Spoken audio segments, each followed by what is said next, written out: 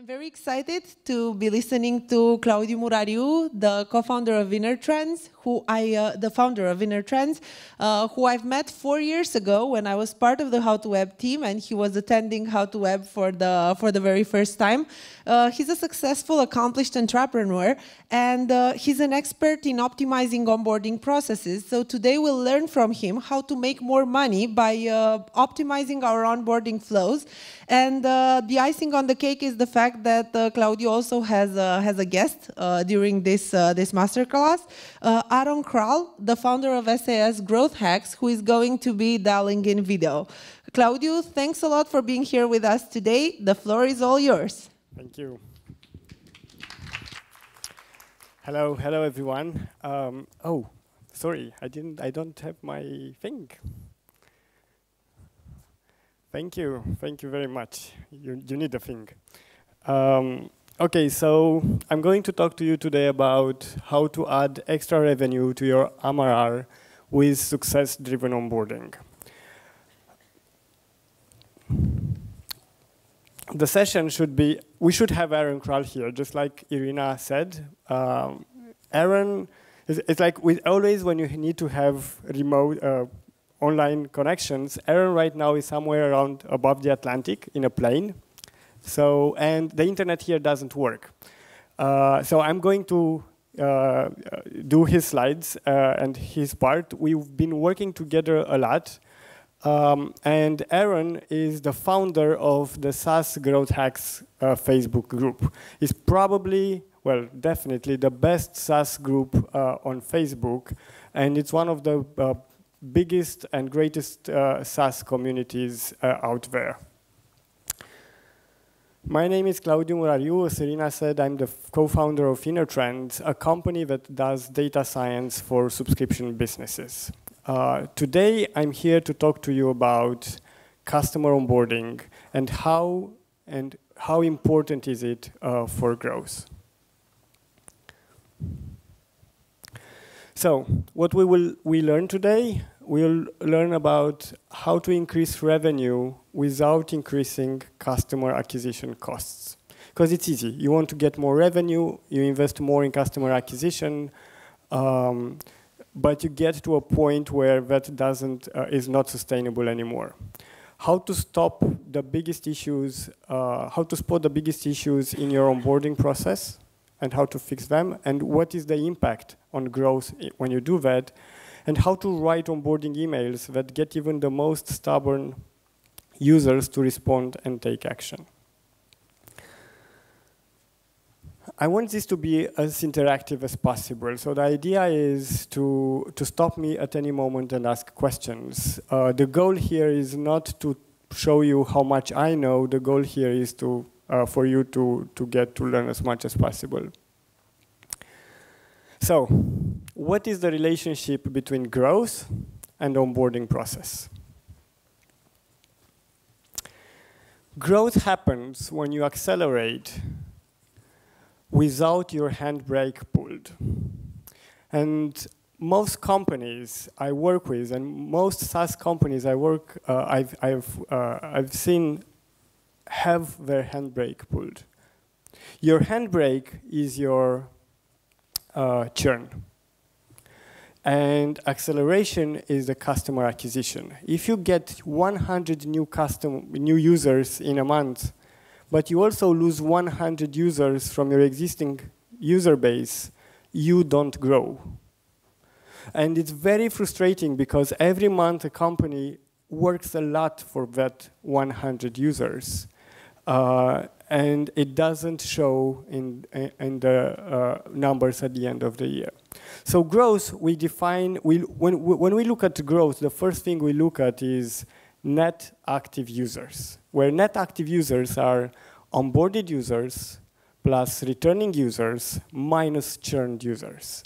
Most companies look at active users simply. And they say, hey, we have our daily active users is this number, it's going good, everything is great. All the numbers are correct at the end of the year. Why haven't we reached our goal, our revenue goal? Well, because you lose as many users as you gain every month. Onboarded is your acceleration, churn is your brake. You need the acceleration to be bigger than churn. Growth only happens when active users grows month by month.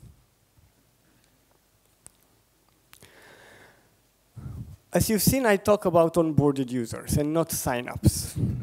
Why base growth on onboarded users and not on the number of people that create an account in your application, in your product?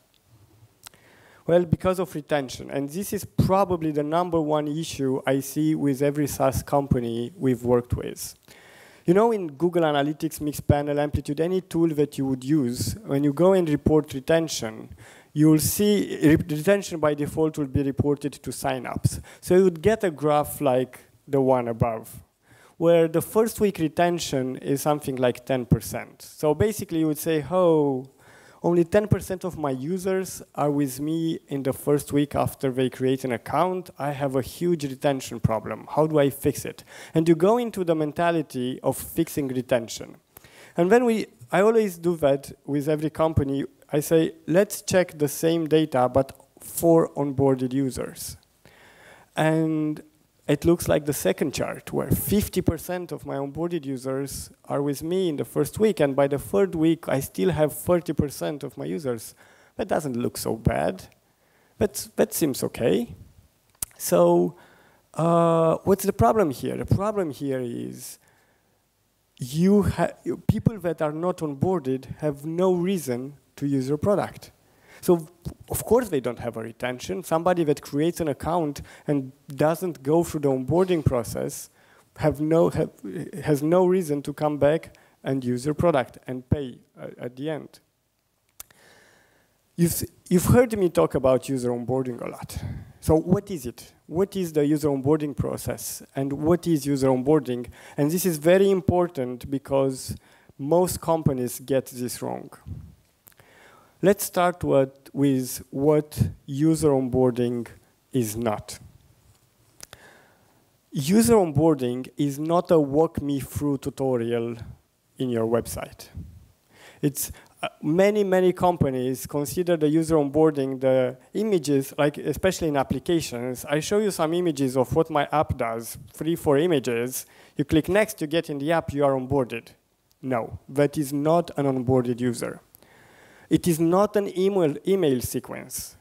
Everybody has an email sequence. If you use Intercom or Customer I/O or tools like this, you'll have an email sequence inside telling you that, like, send an email the first day after they create an account, send them an email if they haven't done that, and you consider that to be the onboarding process. I hear often, but we have, our onboarding emails are doing really good. Yes, but they are not your onboarding process. A person that opens each email doesn't mean he is onboarded. And onboarding is also not a video showcasing your product. Simply showing what your product does doesn't mean that people get what your product does. So what is user onboarding? User onboarding is the process a person goes through from the moment of sign up to the moment of receiving the promise of your business for the first time. And why is this important is because of that word, promise. And I want to spend some time, and by the way, can we have the timer started? Because I'm not sure how much I don't want to, okay. So the promise is really important for every business. So what is the promise of your business? How many of you here are from SaaS products? How many of you have more than 500 active users per month? Okay. You are closer to me. Can you tell me what the product is? No. Yeah, please. How is it called? Pixteller. Oh, I know you, great. Yeah, we've talked. Pixteller, what's the, if we open right now your website, what's the promise of your business? Design in a second? Perfect, design in seconds. So that's what you promise to people. Yeah, that the promise of your business goes, the promise of your business typically goes the header of your website. What your header, what the main heading of your website says, that's the promise that people see, and that's what you use that in trying to get them create an account now. I want to use this business. So in your case is design in seconds. Perfect. I want to take another one. There was somebody here who wants to share their the business, please. We're doing online ordering systems for restaurants. Perfect. I like that. Okay. So we now have the promise. The first thing that we want to do is that promise the right promise that I should work with. And this next part is part of Aaron Krull. This is his framework in which we will take these two promises and try to discover if they are the right promises to make out there. So he uses this thing called 15-minute niche discovery, where basically we want to find out who are our customers, how big is the market, how accessible it is, and what's the budget, and so on. And then we want to assess why they use the product. So I'm going to go with you. Who are your main customers? Content creators. Are they your only customers? Give me some more markets. Bloggers. Okay, so we have designers, bloggers, and content creators. Yeah, like these, we would have these three different segments. How much, if we would put from 1 to 3 for each segment that you gave me, which would be 1, which would be 2, which would be 3? Is the smallest? The biggest? Okay. Okay, so content creators 3.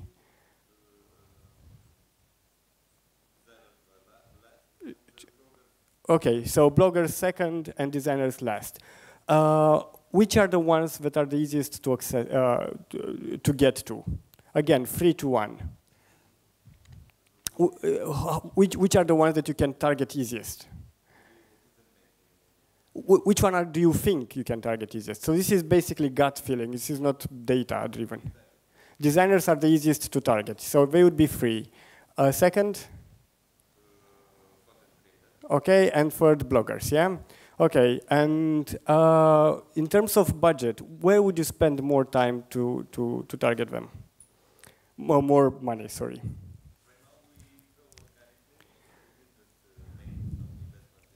Yeah, but you make investments in the product. As far as I know, in your product, you basically need to build a lot of templates that they would use and a lot of frameworks, and those cost money.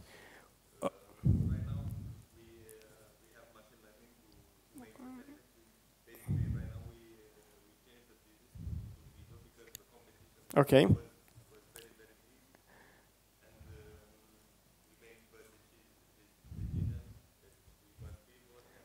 Okay, so things changed a bit since we last talked. In terms of how much you spend for a product, where would you say you spend most to get them satisfied? Would it be easier to get somebody satisfied from designers or from bloggers or from content creators? Or are they all the same? Okay, all the same. Pain level. Who has the biggest pain level? Content creators the biggest second? Okay. Perfect. Customer life cycle. Who would stay with you the longest? Content creators. And second?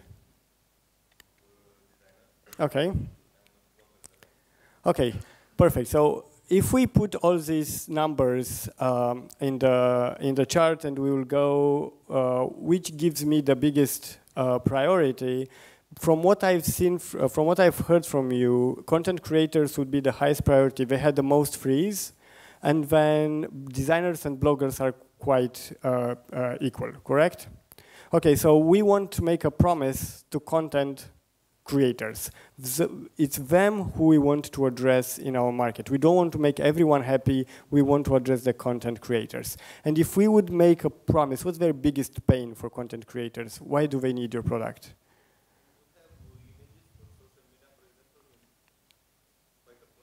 Okay. Okay, so what you are seeing is for content creators, it's very important to get the images they need to publish a post. Yeah, so to make it very easy for them to get that article. So in that case, we should promise something to them that tells them you'll get it. It will be a piece of cake to get that image from us. Okay, so let's go with the promise. You'll get the image for your blog posts, any image you need. Yeah. Okay, let's go now a bit to the restaurant, and we'll do that as quickly as possible. So, targets, segments. Restaurant managers. Restaurant managers. Other markets that would be benefit from you. No other markets. Perfect. So we have a single one. But then we don't need to do the exercise in this case. We simply know that this. What's the promise that you are doing to them? What you are making to them? We're providing an online ordering system for restaurants in order to reduce friction in the ordering process. So instead of ordering by the phone, you order online, and therefore the order value is higher. So you have basically more money and more often. Okay, so basically the promise you are making them is your customers can order online your products. Right. So they don't need to have money when you deliver them and so on. So it's allowing customers to pay with money. Perfect. These are the promises. You've seen in your case especially that I used totally different words from what you've used. You tried to do marketing. I tried to understand exactly the product and what's delivered. So the next thing that we have is we want to discover that pain and to understand it really well. And for that, we go to the customers and we ask them these 4 questions. What's happening in the business that caused you to start using the product? So these are your current customers. They use your product. They know your product and how it fixes their pain much better than you do. What is the most frustrating thing about your problem? What effects does problem have on your business? What made you confident that product was right for you? And always, always say, tell me more about that. What else? Is there anything you can think of? And once you discover and you make your final promise, you put it on your website. So in your case, designing in seconds might not be the best promise to put out there. It might help you, might give you conversion rates, might give you a good number of leads and so on, but it might not set the right expectations for the people that sign up. So you'll get that, if you remember that first chart of retention, you'll have a lot of sign-ups, but the retention might go quickly because your promise sets expectations. And when expectations are not met, people will not use your product. Designing in seconds might mean totally different for your, might mean something totally different for content creators that you think it means.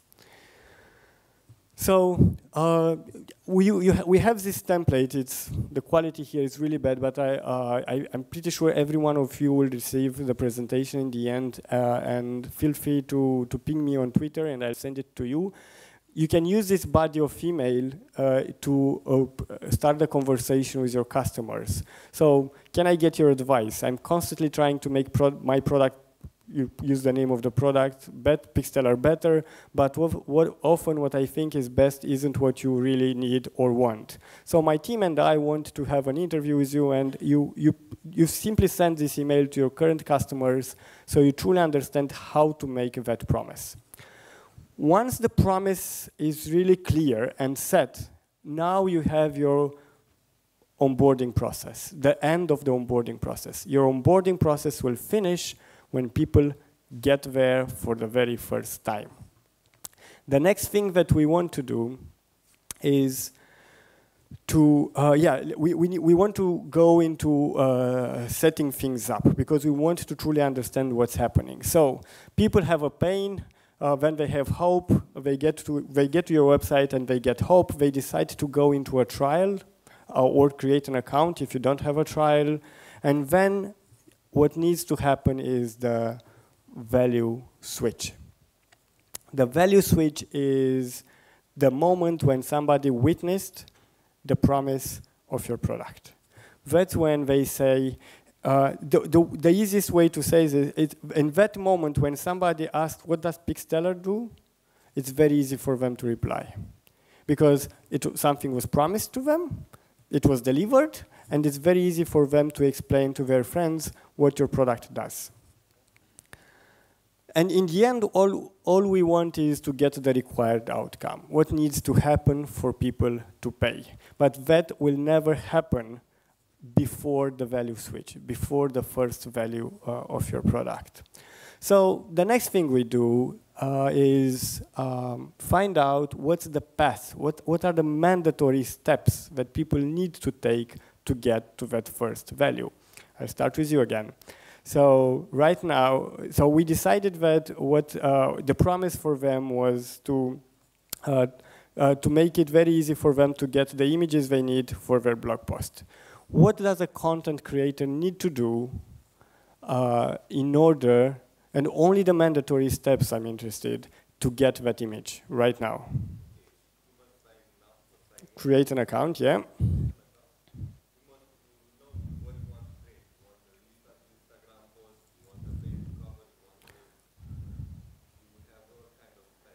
Okay, so you select the what image you need. Okay, next.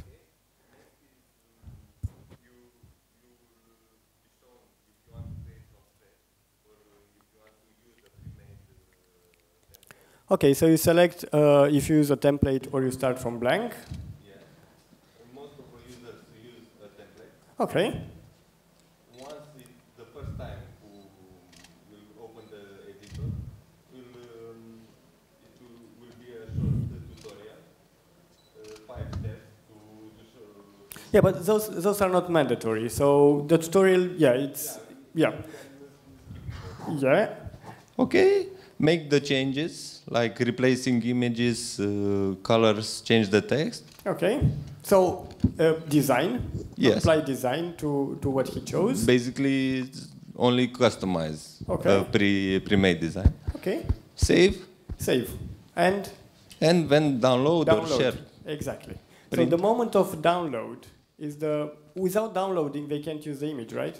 Correct. So the moment of the download is the action that tells us that a person is onboarded. They got to the promise of your product. You promised them an image, you delivered them an image. Yes. In your case, for ordering system for restaurants, I assume it's much more complex. Can you tell us the steps? Unfortunately, it is.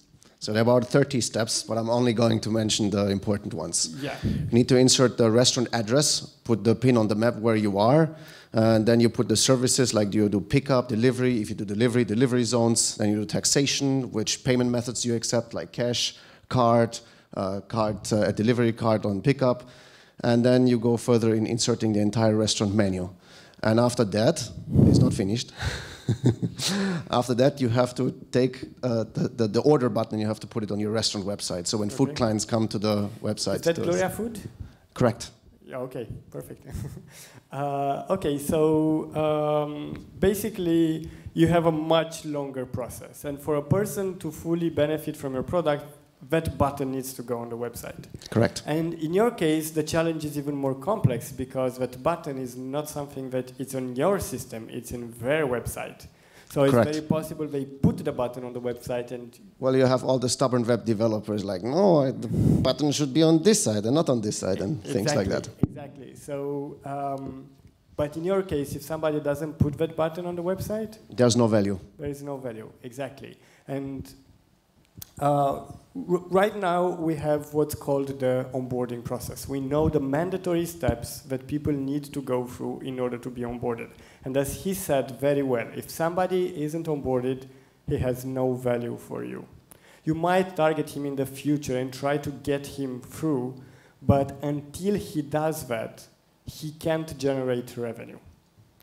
So That's why onboarding is so important for growth. We cannot grow a business without controlling it fully. So the next thing you want to do once everything is set, once everything is clear, is to start analyzing your user onboarding and find your biggest problem. It's always, this is the issue I see with most companies. They focus their attention in so many directions. You always have the biggest problem. And if you put all your efforts in that biggest problem until it's gone, and then you take the next biggest problem and put your effort there until it's gone, it will work so much better. Okay, so let's see how we analyze onboarding. The next slides I'm going to go through are about the process we use in order to truly understand what's happening during the onboarding process. And of course, we need to start with what is the conversion of my onboarding process. Sorry, the image is so bad. But what we have here is basically, like you said, all the steps that were created, how many people went through the steps. You want to know at the end of the day how many people are onboarded and where, at which step you lose the most users. I'm going to, in your case, I'm going to try to guess that would be one of the steps towards the end. So most people, it's the blocker of the dev team where the button doesn't get placed on the website, it's not a high enough priority, and so on, or different other reasons. But I would assume that it's easy for people to start the process and they have big issues towards the end. So basically, your job is kind of easier than his, in his case, people drop off from the very beginning. You always want to, it's easier to fix an onboarding process when everything happens towards the end because they know more about what you do. It's much more difficult to fix when things happen from the very beginning. And typically when we see drop rates at the very beginning, we kind of say, hey, maybe the promise was wrong. Because if people expected something totally different from the very beginning of the funnel, something might not be right. What we also do in this chart is to look at the trend. Always getting a funnel, if you want to know if you optimized the onboarding process and you only get a funnel like you do in Google Analytics, you'll need to wait another month or so to see, is it going better, is it going worse? So we always do a trended funnel to see what's happening. Is it going down, is it going up to the optimization. B2B companies should not settle for an onboarding rate less than 60%. It's one of the first things I look at, and if I see an onboarding rate bigger than 60%, like 70% or 75%, I often look, okay, we need to look to find another big problem. But if I see an onboarding rate, and we have in our portfolio B2B companies with onboarding rates of 5%. Imagine what it would mean for them to get to 10, 20, 50% onboarding rate. Like they have thousands of new leads, but only 5% of those convert. B2C companies typically, usually the onboarding rates are lower. We talk about 40% to 50%. The next question I'm looking into is how long does it take to onboard new users? So the time difference from moment of creating an account to the moment where that image was downloaded or that button was placed on the website. And I also look at the time between each onboarding step to see if there is a specific step that has a much higher drop-off rate. And the timing report is incredible. When we first did the timing report, we thought that we would get a bell. So like some people do it really quick, some people do it really slow, and the majority of people do it somewhere in the middle, you know, the Gauss bell. And when we did the implementation, we realized that it doesn't look at all like a bell. So most people do it in a very short amount of time, like the regular users. It's like the Pareto law. 80% of the users do it in a specific time, then 20% of users go wild. Some people spend weeks to finish the onboarding process. So it looks more like a power law distribution. But what this gives us is, what are the outliers? So if we would do an average on this, it would tell us that the onboarding took probably a day or something like that. But if we only focus on most people and the others, so we eliminate outliers, it comes up that 7 minutes is the average time for a person to finish the onboarding process. And that's important. What we have here is two things. How long does it take on average to finish the onboarding process? And what's the pivot point? Like after 20 minutes, it's more likely for people to not finish the onboarding process. So this report, it's amazing how it tells us, especially about emails. A lot of companies do one email in the first day, another email in the second day, another email in the third day. 50% of the people finish the onboarding in 7 minutes. It's, you have minutes, you don't, in this case, you have minutes or you have hours, you don't work with days. And simply switching from 1 day to 30 minutes or 45 minutes changes a lot. The next thing I'm looking at is, I hate the quality. The next thing, my TV looks so much better. The next thing I look at are what are the actions that people do between onboarding steps. In your case, for example, they need to play with colors, they need to play with shapes, images, they drag around, and so on. And we split off, okay, who are the people that continue, and what are all the actions they do, and who are the people that drop off, and what are all the actions they do. And are there any actions that are specific to people that continue and are not specific to people that drop off? And it's always surprising that for every single analysis we've done like this, it's 2 or 3 actions that make the difference. They can do hundreds of actions between, but it's always 2 or 3 actions that are specific to people that continue, and maybe 1 or 2 actions that are specific to people that drop off.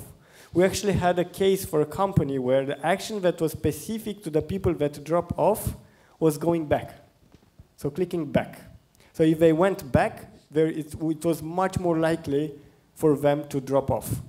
And why is that? Because what they were expecting was not there. They expected something totally different. So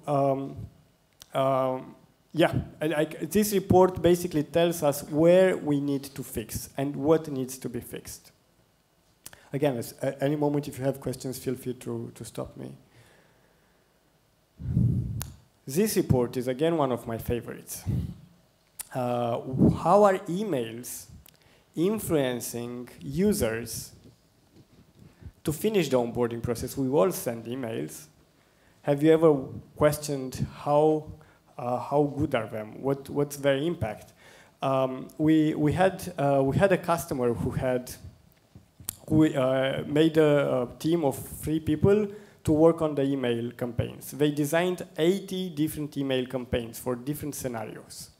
And at the end of the 3-month period, which it took them to build that, they went to the CEO and said, look at what amazing results we have. Great open rate, great click rate, and great conversion rate. And the CEO looked at it and said, I think those conversions would have happened anyway. Can you imagine how that team felt? That's when I heard about this and I talked to them and I said like,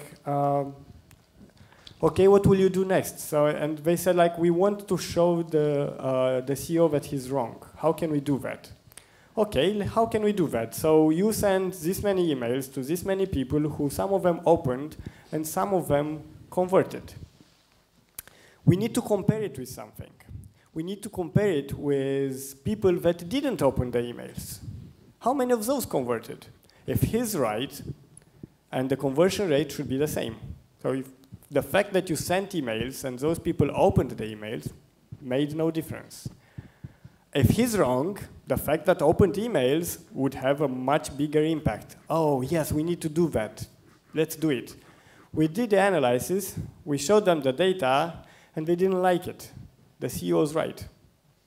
Out of 80 emails, only 2 emails had a positive impact. All the others, there were actually 3 emails with negative impact, and all the others had no impact at all. And there are 80 different templates that were designed, copy and everything, that made no difference.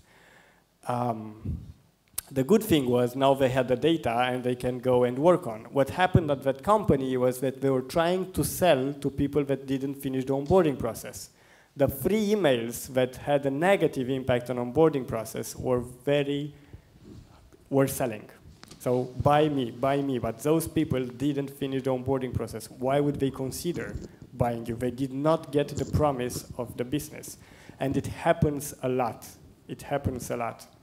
So yeah, this is what we have here. So how many people opened, how many people finished the onboarding process, conversion rate, how many people did not open, how many people finished the onboarding process, conversion rate. You need to have that higher in order to have a positive impact. We have one of the companies, and that's amazing. So Customer.io is one of our customers, and they're a platform for sending emails. They have the highest impact. Like their emails are amazing. Basically, if they send an email, they don't send many emails, but those that are sent have a great impact on onboarding. The next one is retention. Just like I showed you in the beginning. Okay, so now I have onboarded users. I know my onboarding rate. I know what's influencing my onboarding rate. I know how my emails are helping in my onboarding rate. I optimize the onboarding rate. What next? Well, people don't pay when they are onboarded. They need to return to your product. So the first question is, how many of the onboarded users return to your product? And the answer here is, you need to look at 2 different things. So this is a retention curve. Basically, how many people return after 1 week, how many return after 2 weeks, 3 weeks, and so on. The retention curve has 2 different elements that you need to pay attention to. The first is the first week retention. First week retention is how many people returned after the first week. If you have a low retention for the first week, it will be a hard game to get more people to return after. The second thing you want to look at is where does the retention curve stabilizes itself, where it becomes flat. In this case, somewhere around week 4 or 5. So somewhere around here, it kind of becomes flat. Those are the people that are going to pay for your product. So only by simply looking at this report, I can predict for any business how many new customers they get each month. Because, and it's amazing how this number correlates, it's almost identical with the paying customers. So you don't even need an integration with your payment provider to know how many new customers you are bringing to the business. There are different curves we have here. We have businesses that have the first week retention of 60%, which is amazing, and then 40%, 20%, and by 5th week it goes to 0. They have a very hard time. Then we have the business where the first week retention is 10%, and it stabilizes at 10%. It remains 10% after. They have it easier because based on how the data looks, they simply need to optimize that first week. And if they manage to do that, it's very likely that people will stay with them for the long term. This report I use for validating the promise. What is the retention of the users that didn't finish the onboarding process? If you have users that didn't download that image, that didn't put that button on the application, but are still using your product, they use it for something else than you thought of. And I'm pretty sure that in your case, that can be a scenario. Yeah? Yes. So that means that you are leaving money on the table. What's the other promise you should be making? How do you convert them? Because it's very possible that the reason for which you are asking money has nothing in common for what they use. One of our businesses in our portfolio has, I think, something like 80% of their users that stay on free forever, receive a lot of value, and the business simply doesn't know how to get money from them. They have great retention, everything happens, but they don't need what the business sells. They just need something else from the product. So yeah, but I always validate that. What I want to see here is zero retention after 1 or 2 weeks. I don't want to see people coming that are not onboarded. If I see that, it means that the promise that I'm making might have an issue. Another report that has to do a lot with retention. Okay, let me explain this one because this is very valuable. So we have how many people created an account, how many people finished onboarding. The question here is how many onboarded users become customers. And they can become customers after finishing the onboarding process. So we have 42% of the people that finished the onboarding process became customers. Some of them can become customers before finishing the onboarding process. That happens a lot on the US market when they look a bit into the product, they say, I'm not going to put a button on my website until I pay and have a contract. That will happen a lot in America. And so basically they want to pay and then continue using the product because paying means a contract. For them, at least, because signing up is also a contract, but they don't consider it. But then we have this. How many people paid and didn't finish the onboarding process? Those are the people that are going to churn next month because they have no reason to continue paying. You might have them 2 months because they forgot to cancel in the first one, but they'll be pissed off.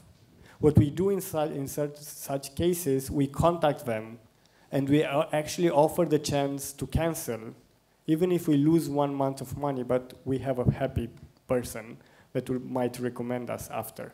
Nobody is happy for paying for something that they'll never use. Any questions until now? Very good, yeah? Okay, so we need to optimize the user onboarding for higher growth. First, you need to optimize the marketing channels. The thing that has the biggest impact on your onboarding process, as I said in the beginning, is the promise. If you go right now in your product and do an A/B test with 3 different promises, even if you keep the same product, the same onboarding process, you'll have different onboarding rates for each test. And that happens exactly the same for marketing channels. If you have different ads, different campaigns that make different promises, typically your ads make the first promises, they will have different onboarding rates. When we first did this analysis was for a company that was doing a lot of AdWords. 40% of all their new users were coming through AdWords. The onboarding rate for people coming from AdWords was 20%. The onboarding rate from people coming from Google Organic was 40%. So typically, when we made the percentages on the onboarded users, the rates looked not so good.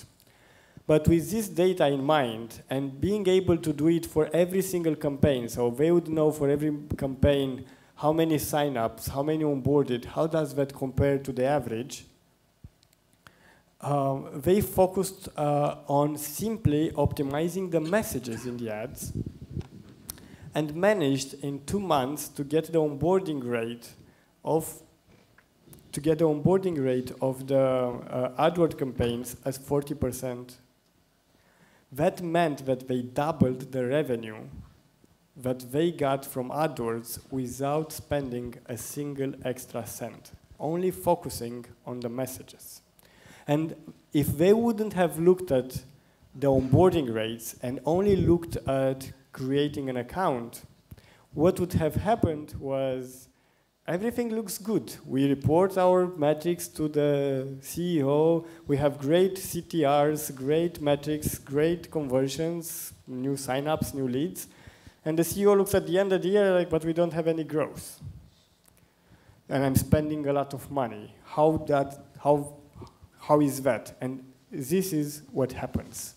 Different promises, get people different onboarding rates. The next thing that you want to do is to optimize your product.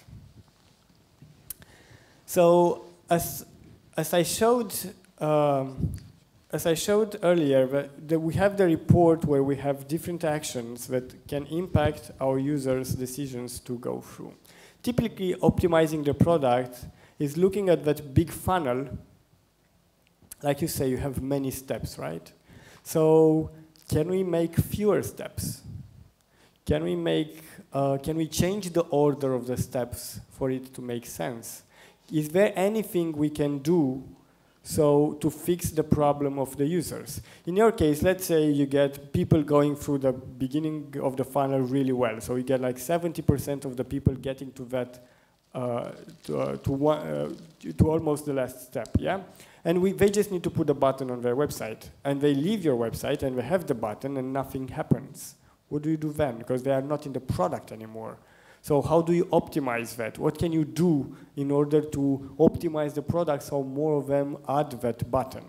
And yes, there is a lot of what you can do. You can do an integration maybe. Maybe you can find an integration with a tool like Google Tag Manager and put the button there like that. Maybe you can do an integration with an iframe to show it how it will look on their website and to convince people to put a button. So you optimize the product at the step where the biggest problem is.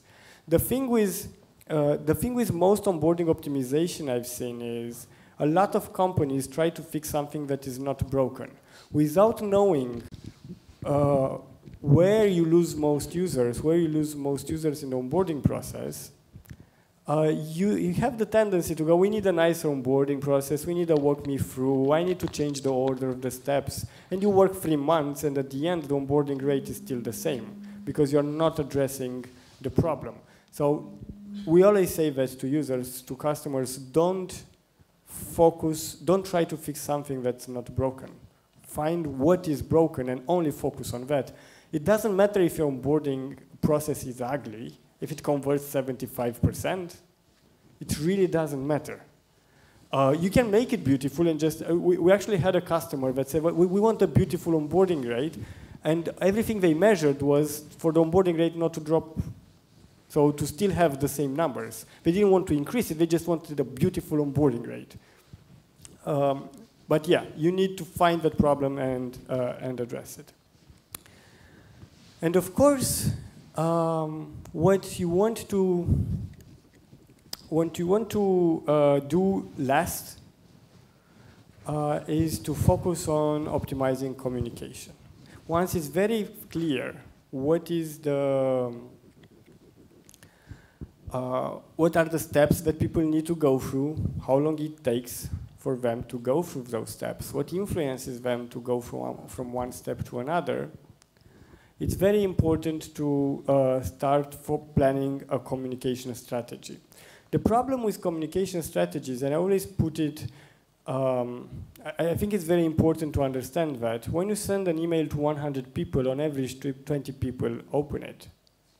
So if you have a drop-off of, I don't know, 500 users in the onboarding process, you can only recover 80. Well, not even, it's much less than that, but you'll address a small percentage of users. Email is something what you do when your product is not good enough. And it's a good medicine for the moment, because you don't want to wait, I don't know how many months until the dev updates the product. But don't rely your onboarding process on emails. They're not going to do magic for you. Most people don't open email. So that's where it's just important to know that. And once you have that, you do a strategy like this one. So you remember so we've decided the steps. Yeah? We have first value here, and we have created an account here. And people need to go step by step. When somebody stops at a step, the only thing you want to communicate with him is for him to go to the next step. It doesn't matter what promotions you have. It doesn't matter everything you want to happen is for him to go to the next step. If you send him a promotion but he never downloaded an image, will he pay? You'll be surprised. Yeah, I know, some will pay, Yeah. but if they still didn't download an image, for 2 Download, weeks, yeah. they'll cancel, right? Yes. So it's you can do magic with emails. Many people receive an email and say, yes, I want that because I'm going to lose it. You have so great copy, and if I'm not going to take this offer, I'm going to lose it. But if they don't download that image, they'll cancel. And is it worth the effort to only get 1 month of subscription for him? Especially in your case, I think your subscription is something like $9. $9. So is it worth it getting $9 once? No. It's much better to get him to the point where he truly, the user truly gets to the next one. And always focus on that. We have this is again from Aaron, and it's his strategy. So if a user is here, send him 1 email, 2nd email, 3rd email, 4th email, and then contact him directly. Like, what happened? Can you go? Don't send him anything else. Get him to the next step, and then to the next step, and then to the next step.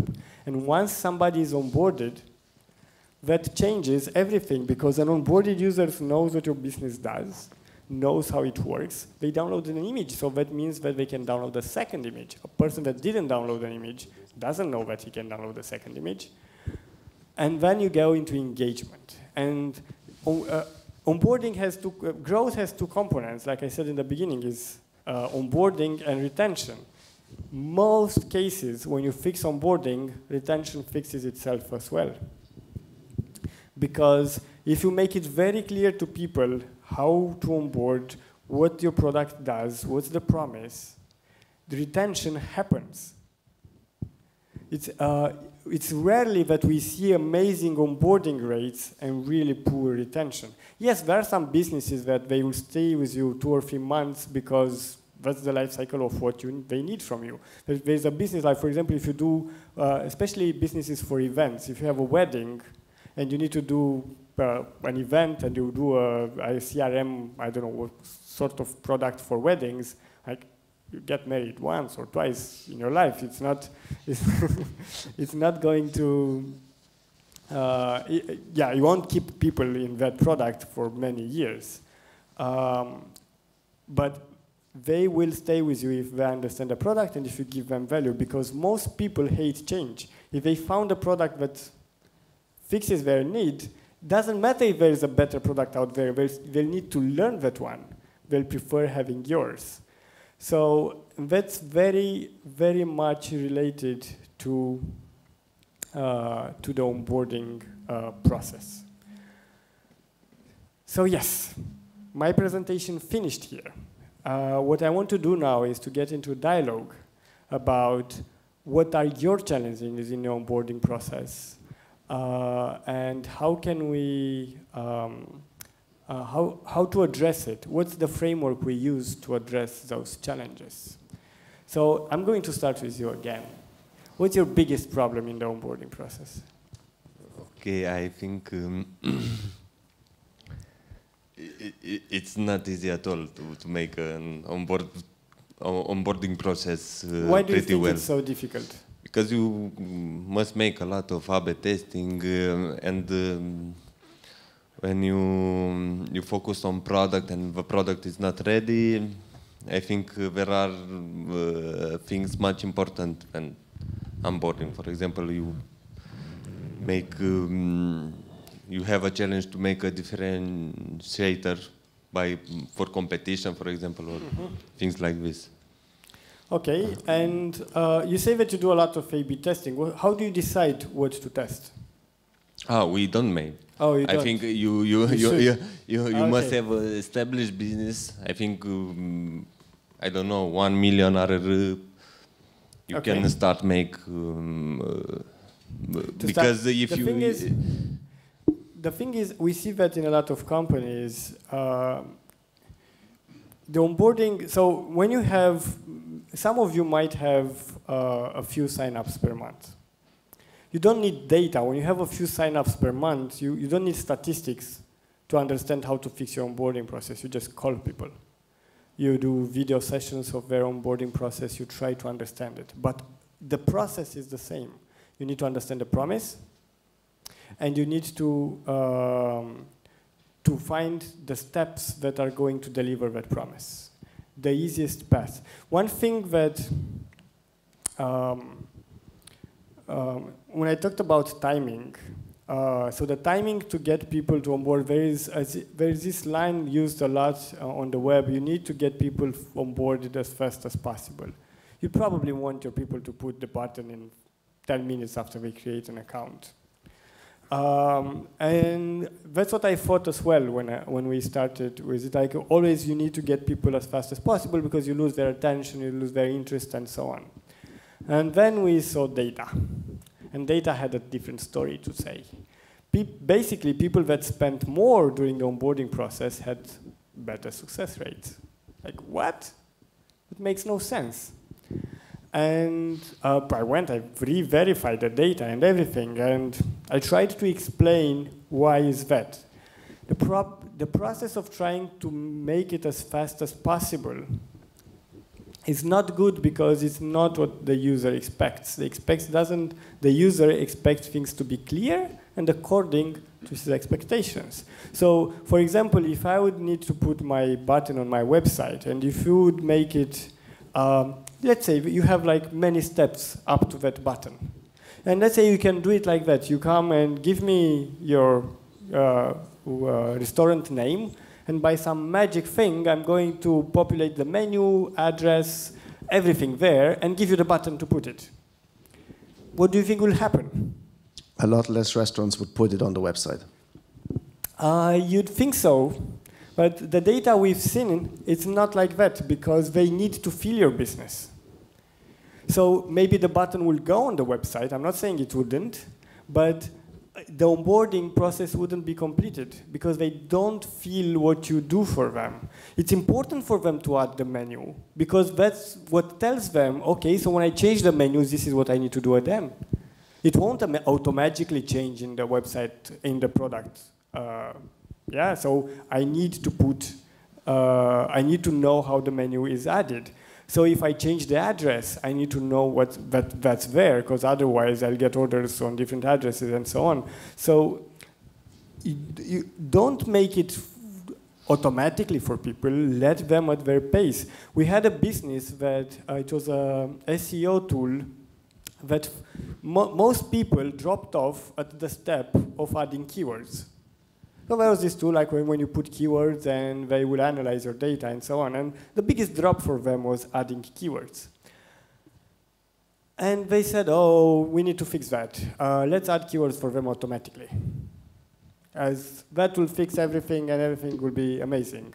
So they implemented a thing where they looked in the website and decided on some keywords to add and add it automatically in the onboarding process. And when they looked at the data, the next step, the drop-off was even higher.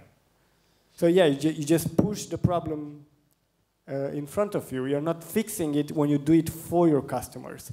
The onboarding process is a dialogue. Your website talks and your customer talk. You can do the onboarding process in two different ways. Well, three. You talk, you do the talking. When you do the talking is next, next, next, next, next. You don't ask the customer anything. They hate it. They are not onboarded, they don't understand your product, and they often click next, next, next, next to get to an end. You can do it the other way around, where some companies really do that. Create an account and get into the wild. Do whatever you want. Yeah, so we go into the product, there's no guiding, no anything, 100 options. Where do I start? You let the customer do all the talking in that moment. So he needs like, I want this. What does this do? What does this button do? He already forgets why he got to you. What you want to do is to do a dialogue. You're like, you need to tell him, oh, well, the next thing that you need to do is to add the address. You can do that by going to this section, but don't force him. Let him discover it. Let him see how an address is added. Once that's added, hey, congratulations, the address has been added. The next step for you would be to add the menu. Please go to the menu section and add the menu. And that's a dialogue. And when you have it as a dialogue, it's much, it will be much easier for you to optimize.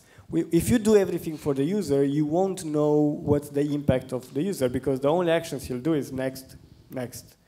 So you can't learn exactly what's happening there. In your case, what's your biggest challenge? After they're onboarded and after the button is on the website, many restaurants don't have website visitors because their website is complete shit. Like, doesn't work on mobile, is not secure, loads slow, all those kind of things. And if there's no website visitors, there's obviously no value created by us. True. But one thing that's interesting in your case is, so you have the website, they put a button, everything is good, they are onboarded, they know what to do, but they are not committed. So typically, do they say to everyone that calls, that asks how to pay, yeah, you can pay on our website, go in there and pay? Do they promote, do they do this just like a checkbox, I have online ordering, or do they say, I need to use this to grow? And that's where your product can help. So basically you can, the reason you are in business is to deliver value to your customers. Often what you think is value is not what they get. So in your case, they would get value if they get orders online. Yeah, that's extra orders. If they need to get that, so you need to help them. And yes, they don't have traffic. How can you help them want to get traffic? Because you cannot generate traffic for their website. Well, you could do some bots, but that wouldn't fix the problem, right? So what can you do inside the product to do that? So for example, what I would do, we have another analysis. What is the difference in activity between people, in your case, in the first 7 days after onboarding? So they put a button. What happens in the first 7 days after onboarding? Different in activity between people that churn and those that come back. And getting that list, you would focus on, okay, this is common to all the people that are successful. You can also do a different thing on the promise. So if you promise, if you overpromise, somebody might think I don't have traffic, but I could get online ordering. Let's get that. They didn't get your promise right. So maybe you should adjust your promise. You'd get fewer signups, but more of them would convert. And then you can focus on increasing the number of signups in your niche. Anyone else would like to chime in with their company? No, no one has courage. Okay. If anything, if the message that I would like for you to leave with is find a promise of your business and play with it. It can have a much bigger impact than all the A/B tests inside your product ever. The walkthroughs, the emails, how nice the onboarding process is. It's not that the impact is not that big. For example, let's take a company like Revolut. So I'm going to target you. Irina here is from Revolut. I checked their promise along the way, and basically they always said that we are better than banking, than your current bank. That was the promise that they gave you. So when was that promise delivered? When you first made a payment. Was it easier than with my bank or not? And that's when I could say, yeah, Revolut delivers or not. So for them, people that create an account and don't do any payment, not really value. They could have said that our promise is for you to get virtual cards. That could have been a promise. And people would get virtual cards. That would have been a wrong promise, right? It's not necessarily what they need. Or maybe it is. It's something to discover. But yeah, you can make different promises and it will change totally your business. Promise is when the onboarding process finishes, and that's why it trumps growth, if I may say so. Okay, thank you. Oh, please. We have time, yeah.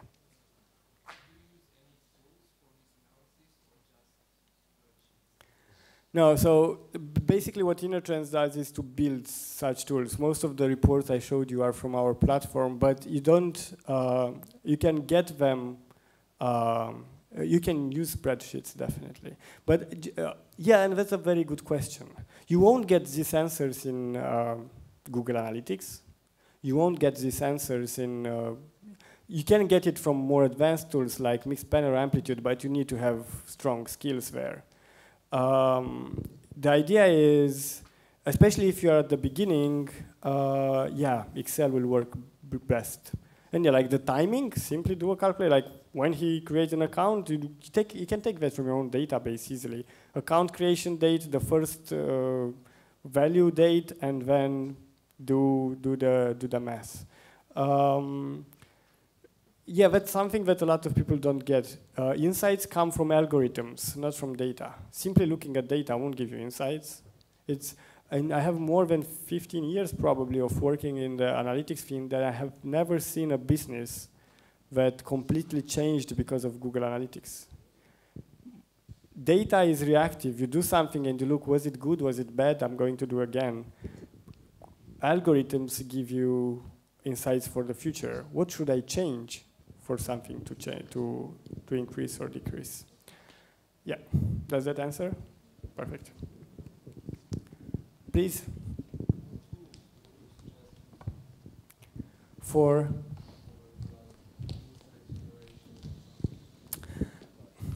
basically, it's your mind that will work. That's the best tool you have.